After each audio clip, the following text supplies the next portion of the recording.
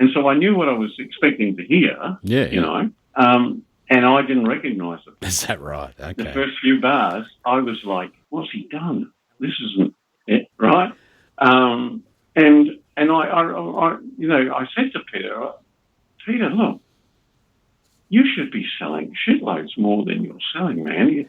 You just have to get the people to listen to this. DeVore Fidelity, the show partner of Not an Audiophile, the podcast. DeVore Fidelity has become one of the most acclaimed high-end companies in the world, and having heard the loudspeakers many times, I know why. They're all still handcrafted in Brooklyn, New York. We love how this iconic brand captures the excitement and breadth of the sound. Nothing brings you closer to the music than DeVore Fidelity. For a retailer near you, visit DeVoreFidelity.com.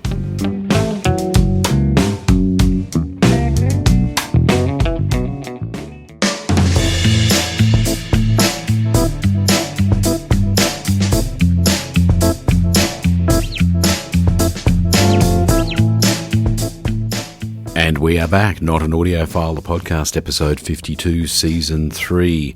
Today we speak with the CEO of a very well-known and quite long-lived now electronics manufacturing concern in the Southern Hemisphere, Plinius from New Zealand. Brian gives us a bit of a rundown on the history and how he ended up owning the company, but then we speak of this new model, 4 odd years in the making. Why so long? When you find out what it does, you'll know why. Today we're speaking to Brian Willoughby from Christchurch, I believe, Brian.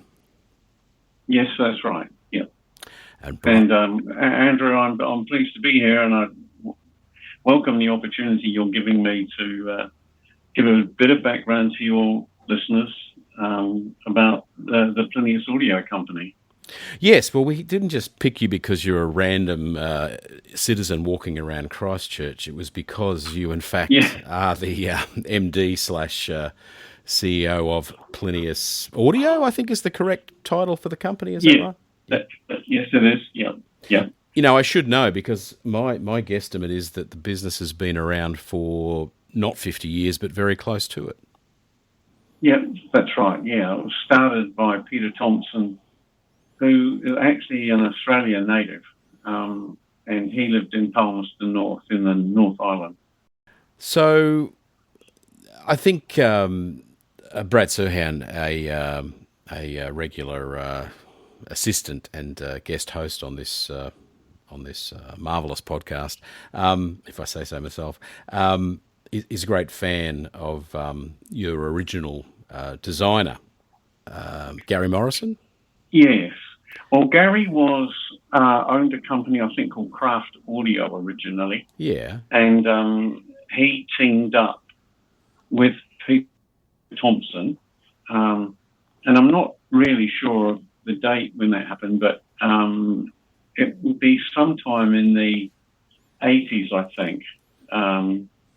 Maybe the 70s. No, in the 80s. In the 80s. Okay. 1980s. And then Gary gave up the Craft Audio business and became wholly involved just as Plinius's electronics designer. And what where does Plinius come from, the name? Is there a No, that's an interesting story. Okay. So Pete's wife is a lady called Vonnie. Yes. And they were trying to think of a name for the company. Mm. And they got a big map of the moon. Right. And okay. they picked the name of a crater on the moon. Oh, okay. So the idea was, sound from out of this world. Right. Yeah. That works. Okay. Yeah, that worked. And when we went to Italy with it, the Italian distributor phrased everything as Plinius because, that's the name of an old emperor. It was Pliny the Elder and Pliny the Younger. Indeed. And it was launched as Plinius returns to Rome. Okay. Well, why not? They can do that. So Yeah, that's right. and when you say you took over, I'm guessing, so ownership passed from Peter. I'm guessing it's 20 years ago or something, is it? Or what time frame has it been? Yeah. It was 2005. Oh, okay. Yeah, it was a pretty good guess. Yep. Yeah. That was, I think, the little bit of history we had just before that actually would be helpful for your listeners to understand. It's a part of the story that I feel really quite passionate about. Sure. Pete and Gary were the typical manufacturers of really good, high-quality, high-end audio in the 1990s, in 1980, 1990s era. And like most guys involved in this industry, they came to it really with a passion for sound, a passion for good music, and a passion for, I suppose, serious listening. And that was really what drove them. Yeah. When we got involved, the manufacturing part of our company called Context Engineers, it was engaged by Peter to do the metal work. Yeah, okay. And so we had a strong relationship. And, as you do when you're a contract manufacturer of metalwork, you've got lots of customers that are in all different types of industries. Everything from aircraft to the oil industry to radio communications and defence work. And in New Zealand, we had several customers that were involved in making audio equipment. And I'm not sure whether they're very well known in Australia. Denko Audio was one. Yeah, that rings a bell. Yeah. Yeah, and Perot. Well, that rings a large bell. Yes. Right, and so we were fortunate that by the time we got involved with Plinius, we actually understood the specific requirements of the high-end audio business. Just extremely high requirement for a good aesthetic finish. Absolutely. Yes. Yeah, and so we were already experienced, and because as you can imagine, if you're just making middle bits, and it's a defence part, they're not too worried about what it looks like if it's going to get blown up real shortly. Well, hopefully it's. I mean, that's a decent thought, but I mean, one hopes that with the use of the tool that you're supplying the metalwork parts, maybe if it's successful, they're maybe less likely to have it blown up. Yeah. I mean, yes. I'm sure. Yeah, I'm sure the squatting hopes that, right? Yeah. The aesthetic finish, of course, as you say, it has to look. It's got to be military spec, right? It's got to look kind of serious and functional. Yeah, but right. But then, I mean, to some degree, Plinius does look serious and functional. The styling that I guess your input into the company, either before or after the ownership change, and I'm not sure you're going to tell me where the curved styling started, whether that's a hangover, that's something Peter in cahoots with yourself came up with, or is that something you brought on post? I was involved in all that, but it certainly wasn't my idea. It wasn't Context's or Plinius, the current company members' idea at all. Okay.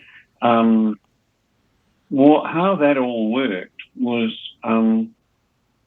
when Peter got us involved initially, which would have been sometime in the probably around 95, around Sure. there, 1995, Okay. somewhere around there. He actually was struggling a bit with being able to get consistently good metalwork. And that's why he engaged us. Okay. And we solved all of the manufacturing problems for him. And I think there's an interesting sort of a lesson in there too, Andrew. There's more than just loving the music to make a successful company. And you have to pull together a lot of skills to make good audio equipment, and I think you fully understand that. And not only that, but if you're going to grow the thing, you've got to be using manufacturing procedures that are, can be reactive when you get sudden big orders, can maintain the quality standard at all times, no matter how many you're making, and can, maintain, as I was saying before, really maintain the aesthetic. Yes. And when you're tiny, you can have a few key personnel who sort of fully understand every aspect of it. Yes, it's got to be within 0.2 of a millimeter on all these axes, because otherwise the bloody thing can't screw together properly, and that's a royal pain, Or, and not only that, it's got to look real good. Yes. And then moving into the industrial design area, which is what you touched on before, where did the rounded corners come from? Well, I was just to clarify something for those that are listening and going, Plinius, it kind of rings a bell. I mean, the styling is very particular. There is this fairly large machined logo that you sort of tend to use, Plinius logo, and then you've got these radiused left and right corners, if that's the right description. Quite a large radius. I'm going to guess and say 30 mil or something, or even a bit more. No. It's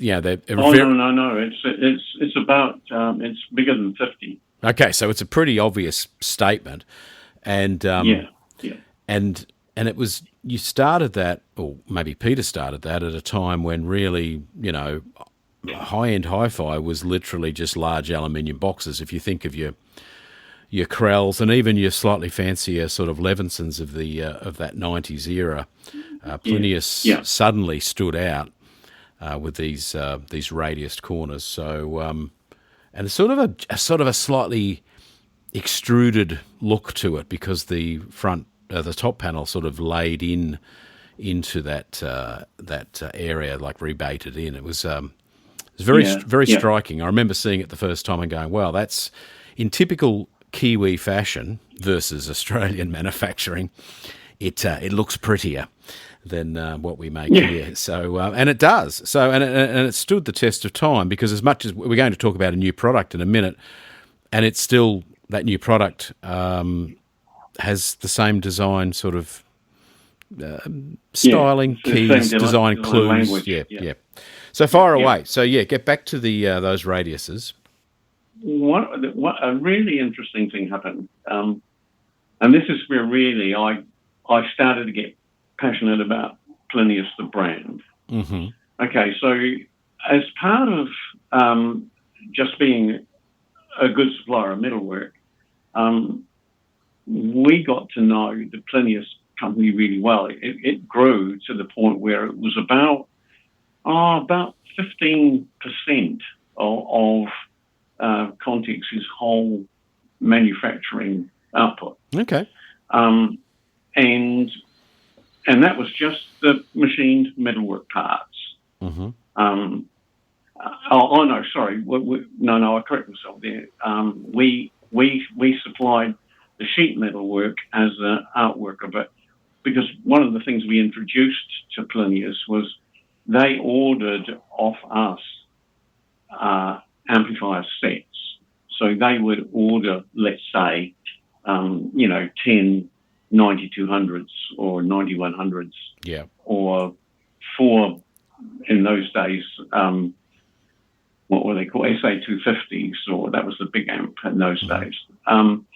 And so we supplied the whole set of kit, and we were responsible for it all arriving up there correctly, Yeah. Okay. And that was a big leap forward. That made a big difference to their ability to be able to respond. That was a really important development step for Plinius. Now, as a result of that, I was up there one time on a trip, and I stayed with Peter and Bonnie one night. And for the first time, I heard the Plinius music system playing, because I stayed at Pete's place that night. March Audio. March Audio is a proud episode sponsor of the Not an Audiophile podcast. With a mission to provide superb technical performance and exceptional sound at modest prices, Alan March has designed a range of power amplifiers, a preamplifier, and a selection of stunning loudspeakers that you should check out now at marchaudio.com. And he said to me, "Well, pick something you like, Brian, and if I've got it here, we'll put that on for you." And I picked Hotel California from the by the Eagles, and Hell Freezes Over LP. Yes, good choice, really. Even though these days we're kind of hanging a fair bit of shit on the Eagles. Yeah, we probably shouldn't. They're pretty talented musos, to say the least. Now I've got a question. So anyway, but hang on, before you record, CD, DVD, what the hell was it? Vinyl. Well, I was going to say, because Peter had a hell of a collection of vinyl, didn't he? He did, huge, absolutely huge. Yeah. And he'd been sent that LP, and it was in a. It wasn't in a jacket. It was just in a white sleeve. Okay. Because he got it before he had that before it was officially launched. Okay. Yeah. All right. And I didn't know anything about that, of course, at the time. But why I particularly remember it is it was in this particular group of LPs, and he sort of had to foster through it all because, there's no labelling. Yeah. He had to open everyone up to see which LP he was looking at. Yeah, okay. And I can tell you that for the first few bars, and I'd heard this played over and over and over and over because it was a favourite of my son's. Yeah. And I had a decent stereo set. I had, at that stage, I had a Roberts set, which was one of New Zealand's other, amplifier manufacturers whose work we had done, and I'd purchased this Roberts gear from him, you see. He's a local Christchurch manufacturer.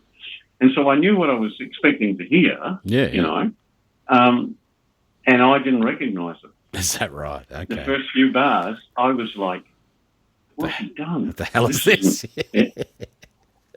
Right? And I said to Peter, look, you should be selling shitloads more than you're selling, man. You just have to get the people to listen to this. Well, yeah. Well, isn't that what everyone in the industry says? Well, they do, Andrew, and it's true, isn't it? It's absolutely true. Absolutely. I mean, if you could force every single person walking down the street in a major capital city, like they do to force people through the gift shop at the end of a museum tour or something like that, if you could funnel people through a hi-fi shop, like people are funneled through the gift shop, and everyone has to listen to, in this case, this Plinius system you heard for 30 seconds, I mean, you'd be cranking the cha-ching, ka-ching on the register as they walked out, wouldn't you? I mean, it's Yeah. I mean, because that's the thing. It's not that people don't want it; they don't know it exists. No, that's the one. But Andrew, can I drag you back? No, go back to the demo. So you were gobsmacked, so to speak, and I was, yeah. And at that stage, they didn't have a remote control. No. And I said to Peter, look, the team back at work, they've all been watching your products get made, and they all get to see the brochures and all the rest of it. And there's a really common thing that people say, well, why hasn't it got a remote control? Mm. And typical of sort of high-end audio guys at that type of stage, people say, well, just get off your ass and change it. No. So very, very shortly after this, I went to an industrial designer, a guy that I had a hell of a lot of time for, mm-hmm. And had done a lot of work with, a real load. He was constantly bringing us new development work, mm-hmm. And we had a really first-class relationship. And I went and saw this guy, Stephen Allen, his name was. Mm-hmm. And I went to him and said, look, I want to get a remote control for these guys and just show it to them, And so Stephen designed me one up, and it was called the GRC remote, right? That's what he called it. Which stood for Gucci Remote Control. Yeah, okay. That was its internal product code, yeah. yeah, that's right. And Stephen designed it to be made out of a solid block of aluminium, and I knew that Pete would never want to pay for the cost of the industrial design, so I only charged him half of what Stephen charged me. Yes, okay. And then I put a bid on every one, to get my money back. Yes, of course. And after a little while, Peter rang me up one morning, really excited. He said, hey, look, Brian, I'll tell you what.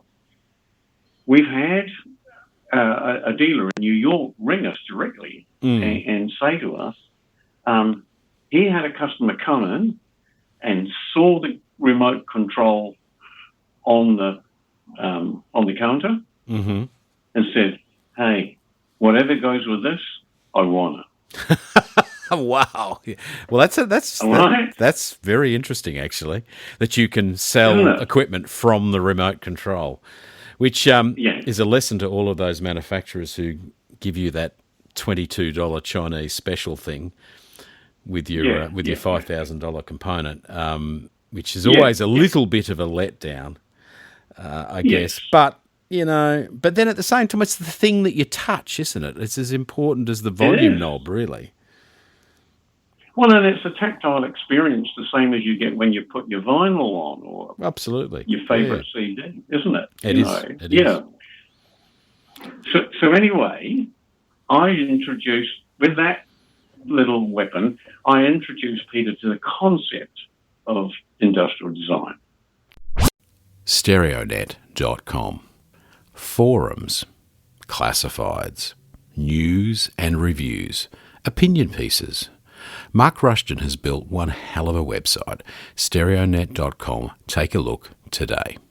Gary had designed a multi-channel amp called the Odeon. Right. And they were wanting to present that at CES. Mm-hmm. I can't remember the year, I'm sorry. But I'm guessing it would have been around either late in the 90s or maybe as late as the year 2000, but somewhere around there. Yep. And Peter rang me up from Palmy and said, Brian, listen, we've got a new product we want to show you. We want to bring it down to you and show you what it's like to find out whether or not you can make it. Okay. Yeah. And so I said, okay. So Ross and Peter came down with this great big box, a big cardboard box. Mm. And when I say big, it would have been like 700 long, 500 wide, mm-hmm. and 400 deep. Yeah, okay. Quite a big cardboard box. Yeah, quite a lump. And he opened this box up, Ross did, opened this box up and pulled out this cardboard and fiber type of model Mm-hmm. that was the Odeon. Okay. And it had these big rounded corners, and it was a big wrap that would go a little way up one side, right round the corner, across the face, rounded on the other corner, and right down the other side. Okay. So this piece of metal would have been, I can't remember exactly, but overall it was like over a metre. Anyway. I was going to say, like probably metre and a half. 1,200. Yeah, okay. Yeah. And I just looked at this thing and said, well, listen, mate, we can make anything. Right? you but said, I've got no idea you said how much confidently. it's going to cost. Oh. Yeah, I said, I've got no idea how much this is going to cost. And he said, I don't care how much it costs. I want to know that you can make this. Yeah, okay. Right? So that was where the rounded corners came from. That was Ross Stevens. Okay. Now, just to touch a little bit on industrial design. Sure. Just as a function, it's terribly misunderstood. Terribly misunderstood. Okay. And Ross was really, I would say, he was aligned with the Philippe Starck school of industrial design, mm-hmm. which means that it's really all about what it looks like, and it doesn't necessarily have to work. Right? Yeah. Okay. Yeah. Right. And also, it's the manufacturer's problem to work out how to make it. Yes. But I mean, and I'm being terribly flippant, and I hope Ross doesn't hear this. And I don't mean it as a criticism, because that approach to industrial design has some validity. You need somebody that can think outside the box. Yeah. It doesn't just get stuck and stay with everything that everybody else is doing. Mm-hmm. So that was a big step. Now, what happened was we made 5 before we got one good one. Yeah. We experimented with several different ways of making it.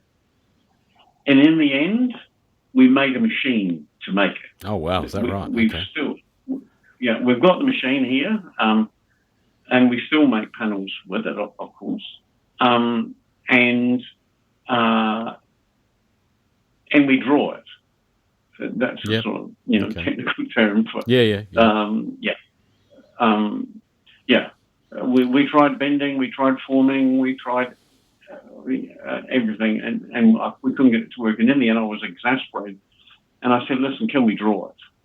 And we drew the first one manually, which was a real wind-up. Is that like through... But anyway, it worked, and then... Through rollers, or what's the... Yeah. You roll it around a roller with a roller. With a roller, yes, yeah. So the outside part, you don't drag it round. No. It's rolling as it goes round, so it puts less stress on the outside. Mm-hmm. Because what actually happens, of course, is that when you do it, the metal fails. Well, yes. Structurally, the metal fails in the corners. Well, you need a specific grade of aluminum, I guess, to get this to work at its best. Well, did you not have to experiment with the kind of aluminium, or what was the... Well, you're already restricted with the grades of aluminium that you can use, because you want it in an anodized finish. Indeed. And it's got to look the same as the rest of the case, I guess, as well, right? So yes, that's exactly right. Yes. So then we had a few problems, which, as I say, I don't want to bore, your listeners will be, I think, really very much more interested in audio than they are. We're going to get to the good stuff. We're going to talk about this new model in a minute, which is, all very exciting. Keep going. So that gave us a shed load of problems when we made this thing, because we couldn't linish it. Like all of the other product that we made for them was linished. And we couldn't linish it because nobody could pick it up and drive it around the linishing wheel. And so we had to blast it. Yeah, because we had to get rid of it.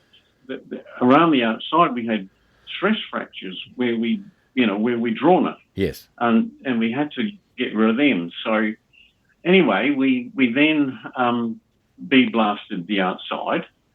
And when you do that, that dulls it. And so, of course, if you just anodize it, it looks awful. You know, it looks sort of grey and dull and uninteresting. But we didn't want to go to a powder coat finish. You know, we wanted that.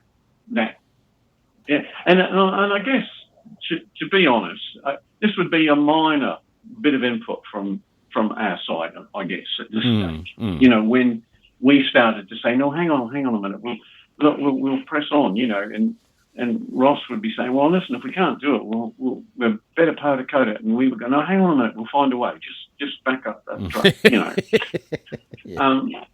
And we did, you know, we bead blasted it using a particular size bead and a certain amount of pressure and everything else. Yeah. We pre-linished it to get rid of the stress fractures. And then we anodized it because we've got our own anodizing plant here. Yes. And we of course you have, like every hi-fi manufacturer. Yeah, yeah. Well, and the truth of it was, we actually built the anodizing plant for Plinius. Oh, we didn't have one before. Okay, all right. Well, my gag goes sideways because as you've already mentioned, the part of the company that makes metalwork, of course, makes it for many other manufacturers. Although I'm guessing not Fisher and Paykel anymore. But or do you still make some stuff for them? Yep. Oh, okay. Yep. But they it's anodized. And okay. So in fact, that's very interesting. But the point is that Plinius, their need for consistent and high quality anodizing was what triggered the building of the anodizing plant. Was. Yes, it was. Yes, because you know when we as we started to support Peter in the early days, we enabled him to fill his demand quickly, and from that, his reputation for being able to supply good quality audio equipment on time grew. Yes, which grew his market, and then of course that became a problem for us because we couldn't buy the anodizing quality that we needed. Well, you know, the reject rates were so high. This is the problem. And so you know, like and this is a common. All of this stuff, the way it all comes together, is actually really important to our company. Really, really important. Yeah. Well, it's a rarity. I mean, it is now officially. I mean, no one does it anymore, right? I mean, you're one of a few handfuls of companies in the hi-fi business actually making the product. I mean, everyone calls them manufacturers, but really they're more brands to some degree, aren't they? Whereas you, yes, they are. You know, whereas you make, and you for actually example, make stuff. I can, yeah. We make it all here. It is all made here in the Christchurch facility. Well, and also I'll tell you what happens, Andrew. And again, this part is so misunderstood by the general public, and I don't mean to use that, you know, badly. I mean by people that aren't in manufacturing, is that they all of the staff feel involved, you know, because they see the product go to the end. You know, their little bit where they're doing the anodizing, they know how important this is. That's right. The guy doing the linishing or the bead blasting, he knows. Yes. At that stage, it's a fairly grubby operation. Well, yeah. And, you know, he's got a mask on and heavily overalled and everything else. But he knows how important it is that this bit gets done just right. That's right. And that is exactly what I'm talking about, is the difference between literally, and I'm not having a crack at companies that make great sounding products that they have to make things remotely, if you know what I mean. They have to order in bits, or maybe they don't even screw the thing together. There's a place for all of that. But the power of what you're doing is the fact that you do it all in one place. You empower the employees. They see that they are an integral part of the finished product and a very important part, as you say. And it just creates this, I don't know, it's kind of it's a valuable vibe, but it's better than that. It's just, I mean, you really are making something, and when the person who puts it in the carton and then it gets taped up and shipped away, I mean, literally everything came in as raw materials and component parts in through one door, and out through the other goes a finished product. And it's like I say, it's kind of a rare thing, and it shouldn't be underrated. It's worth something to the owner, because that pride continues to the owner, I think. Yes. Yeah, I agree. And then, of course, with Plinius, the guys get to hear it. Well, yes, indeed. Another, it's not just how it looks. No, there's the source, isn't it? No, it's look, I guess it's, I mean, hi-fi industry is great if you can make money out of it, but even if you don't, at least there's a certain pride, right, to taking a box full of bits and turning it into this thing that lives. And so, it's a very nice thing. And what's also happened, you see, which is, again, I feel really passionately, actually, that that what I'm about to say is not well understood or appreciated. First of all, there are really the people that operate the things like our CNC machines and drive the SMT line in the electronics area, run the anodizing plant. They're very, very, very skilled people. Yes. People tend to think you put it in a machine and then you go back in 10 minutes and take it out and you've got a done one. Well, it's nothing like that. No, indeed. There's an endless amount of effort goes into controlling all the specifications, all the measurement that you have to do, the way that you have to handle things in certain ways in order to always ensure they look right, that they don't get damaged when they're being shipped, etc. It's just endless, And one of the great things that happens here in our workshop is that we've had lots of occasions when this has worked in both directions. We've had an industrial designer come in here and ask us to make something where we've gone, gee, we can do that, but do you really want to do it? Because because it's going to be expensive. Yes, And they go, no, that's what I want. Okay. Go, all right. Well, you give it a go, and then often what happens is, and I can tell you this what I'm about to tell you happened exactly like this on Plinius's current top of the range gear. Okay. This is the exact story. So what happened was an industrial designer came in and said he wanted it done a certain way with the logo on a piece of laboratory equipment. Mm-hmm. And we were like, gee, I don't know. But, okay, we'll give it a go. So we did it, and it looked lovely. Mm-hmm. And then when we changed the fascias and everything, when what's now the RA300, the RA150, and the RM10 Pre, that methodology went straight on to Plinius. We copied it from the lab equipment that we were making. Okay, here's an observation, and we're going to take a quick break and come back and discuss it. But it feels like Plinius has got which you do. You have an enormous range of high quality, I guess, semi-traditional hi-fi components of what people are now calling the high end, right? It's it's certainly high end finish, but high end sound. And I don't know about the price because I actually don't know the price of a lot of it. But it's not inexpensive. But you have some very affordable, like you have an affordable integrated amplifier that I think looks like rather terrific value for money. Actually, I think it sells in this country for around $4,000. And yet it's made to the same standard as a 2-channel power amp that costs, I don't know, $30,000 or $40,000. Is that true? Yeah, that's it. It's a weird thing, isn't it? Because most $4,000 integrators these days are clearly made in China and made quite inexpensively, and yet you offer a product that's built in the way that we've discussed for the last half an hour or so, at an entirely reasonable price point. But that's not where I was going. Where I was going is you have a new product, and I would like to hear about it. So we'll take a quick break.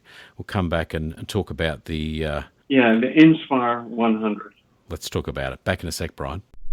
Find the sound of your life by crafting a quality stereo system with the HiFi Shop, featuring all the brands you know and love: Rega turntables, Bowers and Wilkins loudspeakers, Exposure electronics, amplifiers and CD players from the UK, and of course Sonos Faber loudspeakers from Italy.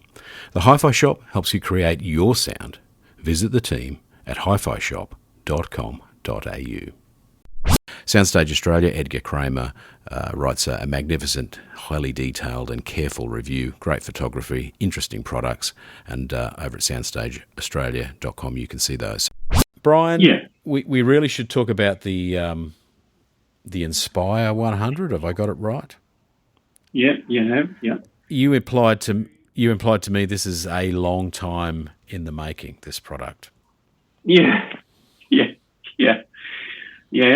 By the time this podcast goes to air, we'll be taking orders from the dealers in Australia and New Zealand, and it will be 4.5 years. Oh wow! Okay.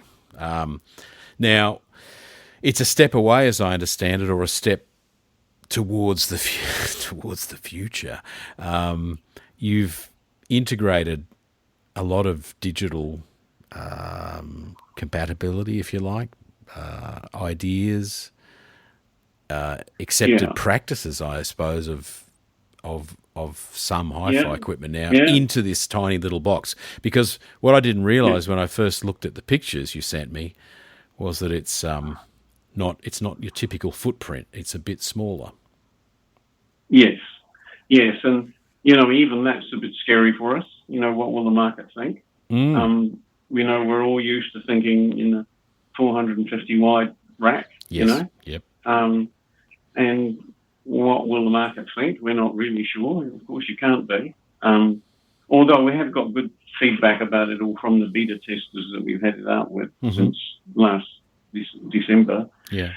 I guess you're calling it a streaming amplifier or streaming integrated amplifier or an all-in-one or what? Do you have a particular title you want a description, I should say, for the Inspire 100? Is it what are you calling it? Yeah, well, it's a streaming integrated amplifier. Okay, simple as that. So I've got a couple of quick questions, which you may or may not be able to answer. One thing I did notice was, that there is clearly a sort of almost a slot or something. There's a few screws, clearly an adaptable panel on the rear for the input and there are output sockets effectively, because you've got a subwoofer socket on there. So it's got one analog in, it's got an ARC HDMI in, it's got an Ethernet connector, of course, but it does have Bluetooth and it does have Wi-Fi as well. Is that correct? Yes, that's right. Yeah. Okay, so when you look at the side of it, Andrew, you'll see that there are two black plastic strips on the side. Yeah. And hidden inside there, behind there, is the antenna. Oh, okay. Yes, of course. Yeah, for the Bluetooth. Yeah. Oh, and the Wi-Fi. So that gives you Wi-Fi. Yeah, that gives you Wi-Fi communication. Yep. Okay. And of course, Ethernet connector is preferred. Yes, if you do have it, it's a bit more reliable than wireless, and less likely to get corrupted or distorted. Indeed. So you've got that. So it's not overloaded with inputs. Is there some design thoughts on, because a scenario I see is you plug your TV into the ARC, you plug in your turntable via maybe a phono preamp, or perhaps your turntable has a built-in preamp into the line in. If you've got a turntable, you'll need it to already have a separate phono stage. Outboard phono stage. Yeah, I realise it's just a line in. So you've got your turntable in there. You've got your TV plugged in there. But where are we plugging in? Say, I don't know. heaven forbid, a CD player? What's the... Yeah. Well, you have to choose. You're going to have to choose. That's it. Well, and the reason why I bring this up is because actually most equipment has so many unused inputs. It's ridiculous, right? It's kind of silly. But what I'm driving at is I feel like this is one part of a new range that you're not telling us about, because you probably have one that's got more inputs. But there's a couple of other things that immediately... Okay, I noticed the footprint. It's 300 wide instead of your 450 or whatever your normal components are. Yeah. It still weighs a ton, though. It's 10 kilos. For a small box, that's a pretty solid little lump. And that's partly because it's still Class AB power amplification. Yeah, that's right. So it's got a big transformer inside. Yes, indeed. But two questions, two other things I noticed. One thing is, well, not so much I noticed, but why the smaller footprint? That's a question I'll let you answer in a sec. But the other one is that there is an indicator on the volume pot knob indicating maybe that it is a volume pot and not a rotary encoder. Have you got... That's right. So it is a volume pot, motorised pot. Okay. Yes. So my question is, because the thing that we've forgotten to mention is that obviously there's an application that you stick on your iPad or what have you to run this, I'm assuming. I know there's a remote control, but is there an app? That's the question I should ask. Yeah, there is an app. Yeah. Okay. Yeah. But the way that we've gone about this, and this is all part of kind of our real design ethos. Okay, so this is designed for people that will be happy to choose either vinyl or CD. Sure. Okay, so they're not going to be. This isn't really going to be an audiophile type product. No. If they're wanting to have a huge variety of inputs. Yep. Okay. Yep. And I mean, Andrew, we don't really know how successful this is going to be. I know it's going to be very successful, Brian. What are you saying? Well, well, I mean, we're really, really hopeful. Obviously. You told me you'd already made 12,000 of these things and had them sitting in a warehouse, so it's going to have to work, right? Happy day, yeah. There is no supply issue. We'll be like the lady making the name ones, A today kind of thing. We'll be, Well, I think I think at 8 a day you'd you'd sell those easily. I mean, but I like the fact that it's a volume control, not a rotary encoder, but I want to understand maybe a little bit of why and how that fits in with the app. But also, like I say, the case size. Why did you think that you should? Is it because it's not a audiophile product as such? It is because you can make it that small. Yeah, okay. Yeah, when you use SMT equipment. Yes. Yep. It was confined by the. We wanted to no. So on these products, it's got the same, radius front. Yeah. But we wanted to get that out of an extrusion, and when you do that, you get limited by the size of the dies that are available. Yes. And so, it's like that business of the Apollo aircraft is two horses' asses across. Yes. The diameter of it is restricted by the width of two horses' asses because it had to be carried on a railway line from where it was manufactured to the launch site, and all of the tunnels were actually designed being hauled by two horses. Yeah, okay. Right. So anyway, the die size dictates how wide it is. And then that gives you lots of engineering problems because you've got to get the heat out of it. It's Class AB. Yeah, yes. And you need them, there's a few tricks in doing that. And then you've got to get it to fit, and you can if you use SMT technology. Indeed. So that sort of is why you end up with that. No, it's Well, look, I can see what you've tried to do, or you are doing. It's not a matter of trying. You've spent 4.5 years trying, and now you've succeeded. It's a bit of a do everything box that clearly has a lot of the trickle down fidelity and obvious musicality and wonderful, lively, exciting sound. And if people are not familiar with the Plinius sound, it is quite invigorating, I guess is the word. It's not. Oh, it sounds delightful, Andrew. Yes, yeah, it's exciting. It's an exciting sound, right? I think is that a fair thing to say? I mean, interestingly enough, our senior tech, who is the final pair of ears that hears everything that leaves the sound room, after it's all gone through all its other testing. Yes. About a year ago, I was just talking to him, and I said to him, I keep getting this question from in customers, which amp do you like best the sound of? And he said, well, I'll tell you what, mate, it's a wee bit embarrassing, I guess, but I like the sound of the little one best. Yeah,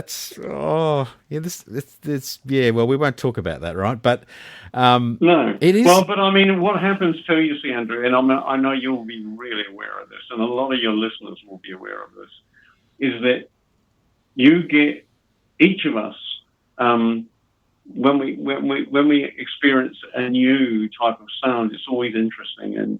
Yeah, there's a bit of that. If it's different, you'll pick it up, won't you? Yep. Yeah. There's a. And that's all part of the mystery and the art and the loveliness of being involved in the music industry. That's you can rejoice in that part. While you're slogging it out and working hard to make all the bits come together properly. Yes. And you're coping with people changing the way they're going to deliver their goods to you, and you're doing all of that nonsense. Yeah. At least it bloody sounds good, Well, there is that. You can turn one on. Yeah, well, that's right. At 5 o'clock in the afternoon, you go, right, now let's remind ourselves the reasons why we're here all day. Turn this thing up loud. You've had a product that's got an app already. So the app that controls this unit is an expansion or a version of. No, it's a different app. Oh, it is a different app. Okay. It's a different app, and we only want you to use it when you set it up. We want you to use a remote control app for that. Okay, and so you use a remote control in coordination with. I mean, if you're streaming Tidal via Tidal Connect, which I should mention that there is a streamer built in and has a number of compatibilities, Tidal being one of them and presumably Spotify is another.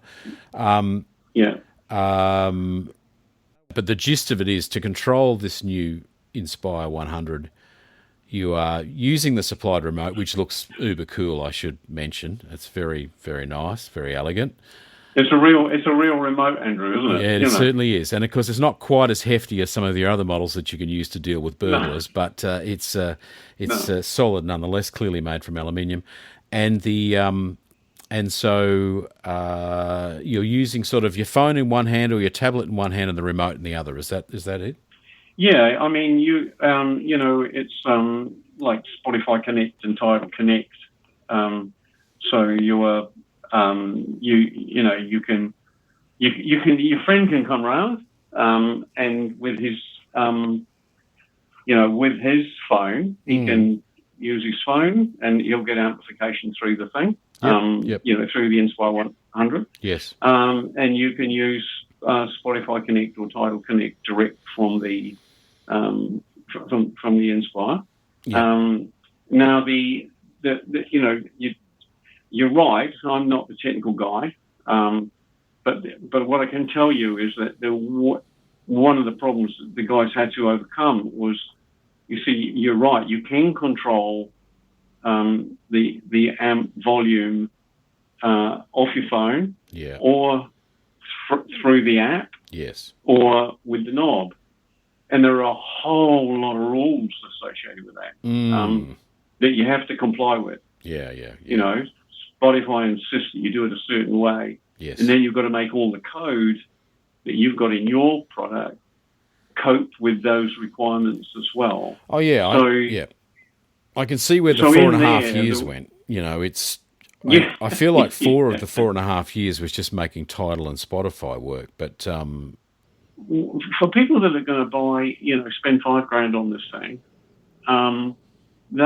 hang on. Just stop for a second. This thing, you said they're going to spend $5,000 on this thing. Sorry, the Inspire 100. Yeah, I forgot to ask. I was going to ask. Yeah. Well, I was going to ask two things. It's going to retail at about $5,000. Oh, right? Wow. Okay, so it's very sharply priced. Wow. Okay. Well, yeah, I'll tell you, it's tough getting it to there. And find some way to recoup your development costs. I have to say, I don't even know where in my head it was $8,000 or $10,000. I don't know. So that's a genuine surprise. Hey, if you love a good story of a wonderful piece of hi-fi equipment and how it's produced by a team of talented staff who have a real sense of pride in the product that they create, it's almost like they're delivering a baby every time they pop one in a box and send it off to a dealer, then you might want to check out DeVore Fidelity, episode 38. John explains in some detail how they keep as much as they can in-house and both design and produce those wonderful wide baffle loudspeakers and the narrow baffle ones in New York. So check that out, episode 38. Also a great story of how you go about making things with real pride and the spin-off benefits of that: longevity, pride of ownership, and wonderful performance. That extra last little bit of performance that comes through from real care being taken. What will happen going forward, this platform, it's a platform we've done, we see it only as one product when it comes out, of course, but the technology that we've put into this product will migrate into other products from here. Yeah, yes, indeed. Yep. Yeah, the hard work is done. It's an exciting time for us. It is. It's hugely exciting. And you're a bit of a pioneer there, really, because you're making the vast majority of the product itself. You're making it to completion, of course, but you're doing something with the streaming platform that very few small to medium-sized manufacturers are brave enough to enter into that realm. Sensible enough. And yes, sensibly. You know that now. Sensibly avoided. It's sensibly avoided. Look, Brian, it's been an absolute pleasure. I mean, I love to hear these stories where you actually make something. It's always interesting how you got past all of the problems, and you've alluded to many of those, and they've been, goals achieved. The thing works. It sounds amazing. The product exists. It's in a box and it's been sent to dealers. And most importantly, these new Inspire 100s are heading to dealers as we speak almost. But certainly this podcast is up very soon, so they'll be on their way. And so people can go looking on the internet and they will find it. And then later in the year, they can hear it, obviously. Although, obviously, if they buy one, they can, or go to the store in question that has them, they can get a demo in the next few weeks, one would presume. That's right. Thank you. That's the timetable. Yeah, so it's out, is basically the news. Thank you so much for your time. Thank you for this very in-depth chat. There'll be those that are, particularly, I guess, those that have owned a Plinius product will be reveling in the exposure of how you got different things, how they came about, I guess, over the years. And we will speak again soon, and if not on the phone, perhaps in person at Melbourne. Look, Andrew, thank you very much, Andrew, for asking me on board. Pleasure. You put the marketing stuff out there in the form of brochures, and you sort of cast it upon the seas and hope that you've got the right network to sell it.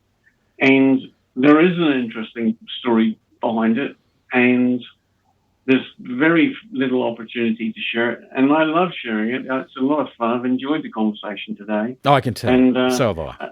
And I hope that this generates interest for you on your platform as well, because I do think that the sorts of, I've listened to some of your other work, and I know that you have a really genuine interest in all this stuff, and sharing that and helping people get to it, helping people listen. Like I said to Peter that day, God, Pete, you've just got to get people to listen to it, surely. Well, it was one of the most I mean, it's such an obvious thing. I mean, the fact that Peter allowed you to hear, his product, and it was just, I mean, it was at another level to what you were used to.